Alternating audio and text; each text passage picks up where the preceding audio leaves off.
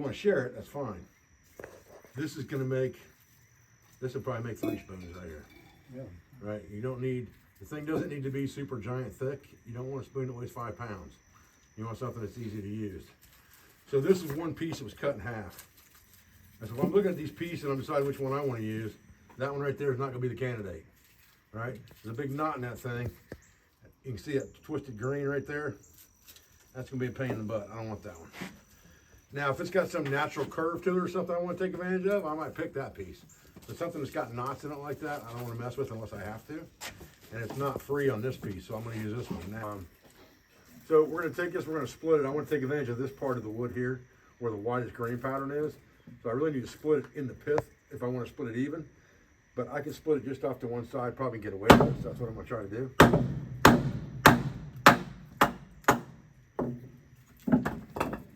All right, now I'm going to look at both sides to see what I got.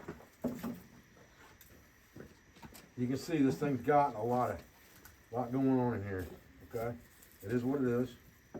We can work with it. I'm setting that one aside because it's got the tighter grain pattern. This one's got the looser grain pattern. And I'm gonna cut it in half again. You see it cleaves evenly as long as you stay half. Half, half, half. As long as every time you cut it in half, it's gonna cleave pretty evenly.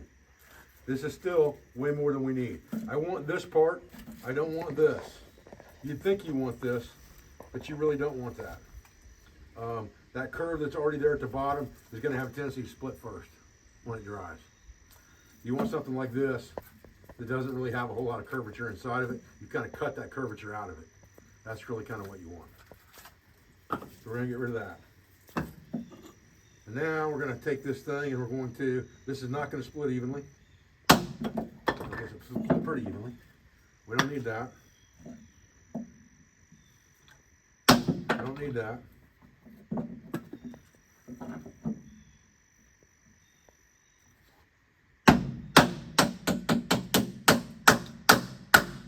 Must be a knot in there somewhere. Yep, right there.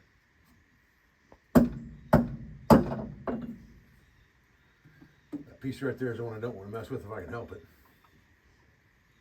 That one's got a knot in it right there too. Yeah, it's got a knot in it right there. That's all right. We'll just do with what we got. Now, remember that we're using a spoon for eating food, right? We just need a food shovel. We don't want this thing to be so wide we can't get it in our mouth, right? Think about a spoon that's at your table at your house, okay? That's what you're looking for. And now that we got that done, now we got something down to about what we need. And again, it doesn't need to be real deep either. You're just trying to get food to your mouth. When you start carving a spoon here, and we start talking about this here in a few minutes, the bowl, what most people have a tendency to do is they start playing with, woohoo, I can take all this wood out of here, and all of a sudden now you got a sieve instead of a spoon, because you got a hole right through the bottom, okay? But the way you make a spoon properly is, you should put it in your mouth as you're making it. If your top lip can't drag the bottom of the bowl coming out, it's too deep, because that's how you're pulling the food out. You're catching on your top lip when you pull it out, and that's keeping the food in your mouth. You don't put your teeth on a metal spoon, nobody does that. You just go like that. And so if your bottom lip can't touch the bottom of the bowl, you're gonna be wearing the shit, you're not gonna be eating it, okay? So just bear that in mind. So now you got a piece that's a little easier to play with. And now you can sit here and think to yourself, well, what do I wanna do next? So what I would do is I would find something that looks like the center line of this bad boy, or close to it, and I'd draw a center line down that dude. Then I'd pick which side I want the bowl on, and if I had my choice, I would have took this side because it's wider. It's also got a knot in it, so I'm not going to use that side. So I'm going to use this side, and I'm just going to say, okay, I'm looking for something like this. Kind of keep it as symmetrical as I can.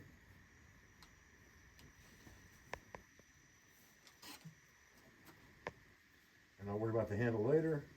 I just want to get about where I want the handle to be. Get rid of that, and then we're going to start playing spoon, okay? You can do 90% of this with an axe, to be honest with you, but you can't do 90% of this with a Fisker's axe. You just can't. It's just not a carving axe. You can't register the bevel on the wood. So,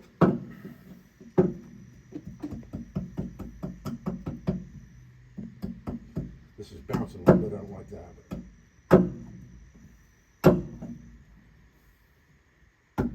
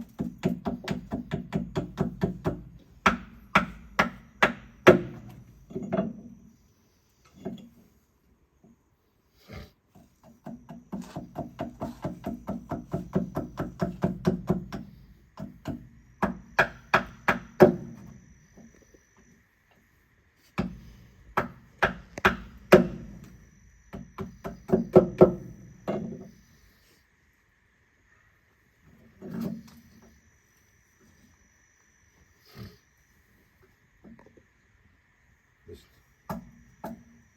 knot right here I'm a little worried about on the side of this spoon. We may get rid of that in a minute here, just because we don't like it there.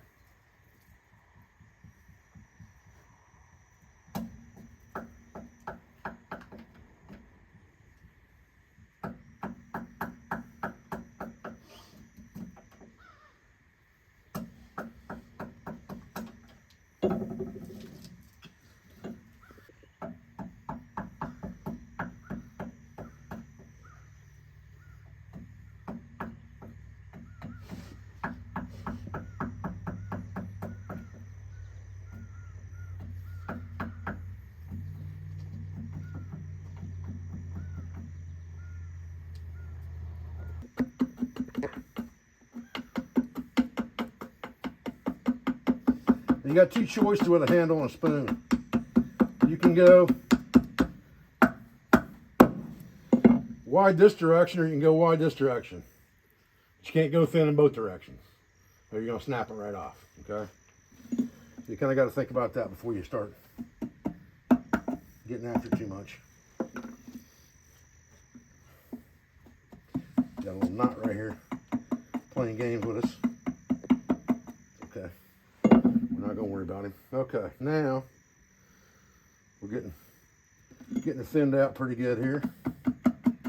Well, we ain't got a whole lot to mess with our knife.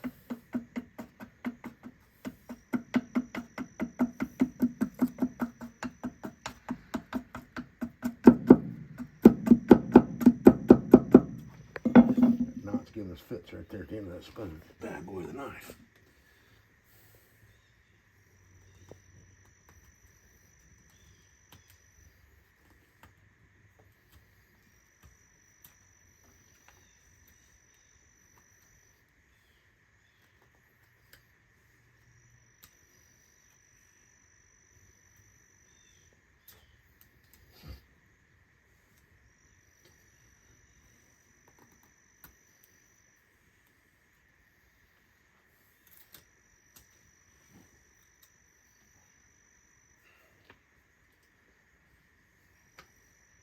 Should get that off the axe. We'll get it with the knife instead.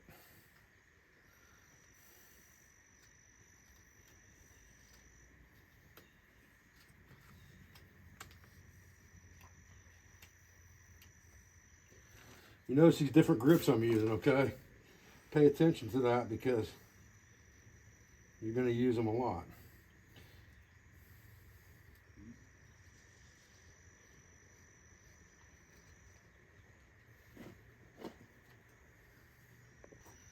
We'll get it.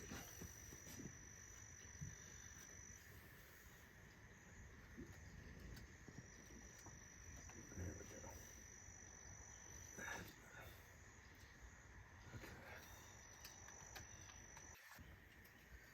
Get rid of some of this side meat we don't need there on both sides. Because our depth is going to be in the center. It's not going to be in the sides. So we definitely don't need all that side action going on there. And the front of the thing's going to be fairly thin, so we can just take most of that off now. That thinned out. I mean, I'm cutting right toward my fingers right now, but I'm really controlling what I'm doing. See how that's lifting up right there? That's because I'm going from downhill to uphill. That's why that's lifting up. So when that happens to you, you stop. And you come out from the other direction. Cut it off. I got a gnarly spot right here that I got to play with. It's got a knot right there. There's a piece of twisted grain right there in the spoon that I got to get out of there. or I gotta decide to ignore it, one of the two, but I hate ignoring stuff that looks ugly. So, try to play with it till I cut the thing in half, be careful. Giving myself this is what I'm expecting to get done versus what I'm gonna get done here. So you're just outlining the end edge. Yeah, that's kind of the inside of the bowl versus the edge, the lip of the bowl. Yeah. All right. And now, get to the fun part that everybody's been waiting for, which is the hook knife. This is the one that's going to cut you. You get cut today, it's going to be by the hook knife, and it'll probably be bad. My hook knife's a lot bigger than the one you got, so this one's easier to cut yourself with. But you basically are going to use this thing like a potato peeler. Keep your stuff out of the way. You can see how big this one is. Real easy to get this thing right here in your thumb, okay? So what you want to do is just want to kind of make sweeping cuts with this thing and make them slow. Don't try to gouge a bunch of material out of there at one time. Keep that thing pretty small. You also got to keep your thumb out of the way of this thing, because this thing will cut you wide open. And they're made left or right-handed, so you kind of have to bear that in mind too. And like I said, don't get in a hurry and make a bunch of crazy cuts, because you'll end up either hurting yourself or doing something you didn't want to do. You'll get to a point once you get down in there that you'll be able to take more material out of there. Now, that's a left-handed tool, or a right-handed tool. I'm getting ready to use it left-handed, okay? You're gonna have to get used to that, because unless you have a left and a right-handed hook knife, you're gonna have to learn to use it with both hands. And I usually just push cut it with that, just like that.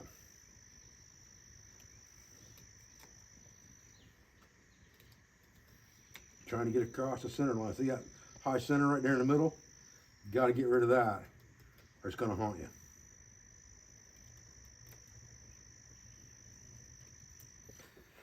And once you kind of go around your line there's always going to be a part that's harder for you than the rest of the spoon. Like for me being left-handed, it's usually this top portion right here is the pain in my butt. So I put that right hand tool in my left hand, and just kind of nudge it down a little at a time, just like that. I'm kind of moving this hand instead of moving the tool. You'll get used to that. You'll get used to what you have to do to make whatever tool you have work for you. This is just how my tools work for me. May not work for you. I'm left-handed, but I'm ambidextrous. So I can use right-hand tools with my left hand tools with my right hand. You might not be able to do that right off the bat. You might have to play with it a little bit to be able to get to that point. Again, you're not making a work of art here, really. You're making a food shovel.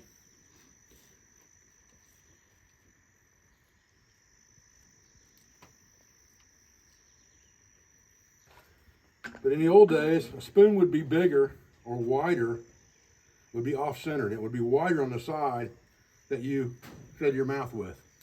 So if you were left-handed, you would have more of a swell here, so you could pick up more food, get it to your mouth. If you're right-handed, it would be on that side. So if you ever see an old wooden spoon that looks like it's like oblong on one side, it's because it's a left or right-handed spoon.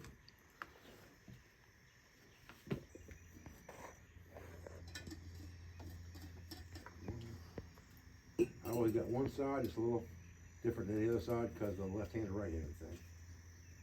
This is pretty close to what I want. Pretty close to where if I get too more excited with it, I ain't gonna like it, so I'm gonna really quit fooling with it. You can always put it down and come back later. I generally find that if you mess around too long with it, you're going to end up with something you didn't want. So I'd probably say that for now, that's close enough for eating. Ain't splintery, so it's good enough for me. I might take a little bit more off the back side there. It's a little bit weighty back there for my liking, but there's nothing wrong with letting it sit around for a day or two before you do that if you want to. You can always soak it in water while you're doing it. You can always soak it in water. It's got a little bit more weight back here than it needs. You can always soak it in water overnight or whatever. Come back to it the next day and it's no big deal. And it's pretty lightweight, pretty small, easy to pack. About the size of my hand. No bigger than anything that's in my drawer at the house. Every time you look at it, you're gonna be like, okay, I get that. I gotta get rid of that now. I gotta get rid of that now. Don't get tempted to do that. You'll end up ruining your spoon. But do as I say, not as I do.